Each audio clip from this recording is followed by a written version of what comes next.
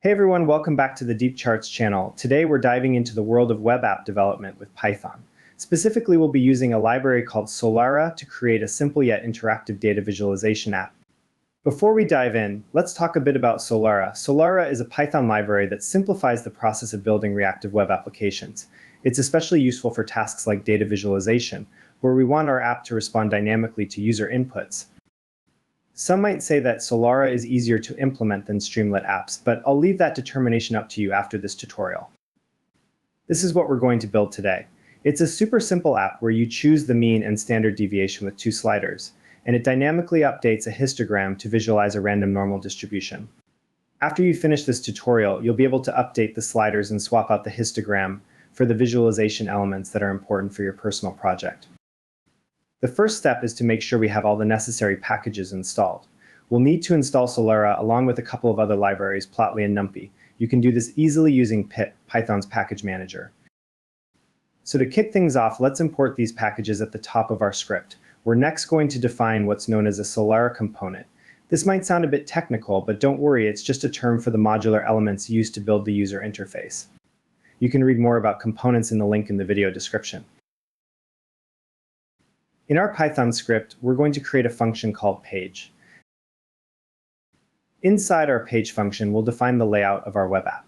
We'll have two main sections, the sidebar and the main content area. These sections will house different elements of our app. The sidebar and main content area are nested underneath this with solara.column statement. Let's start with the sidebar. This is where we'll place interactive elements on the left of the interface that will allow users to control certain aspects of our visualization.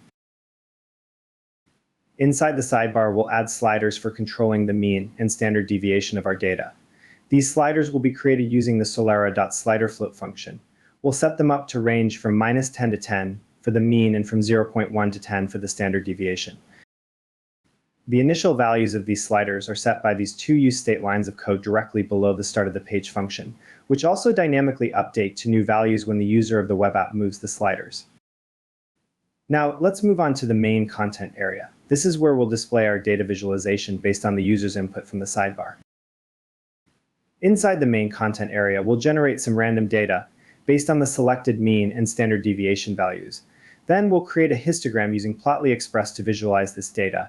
We'll use the solara.figurePlotly function to display the histogram within our app. And that's it, 21 lines of code, excluding comments and blank lines. To start up the app, we now shift over to a terminal and type Solara run, and then add the path to your Solara file. This line will start an instance of your Solara app on your default browser. And now we can see the output. I've put the code in the video description below. If you found this video useful, drop a comment below and make sure to like and subscribe to Deep Charts for more data visualization and data science videos.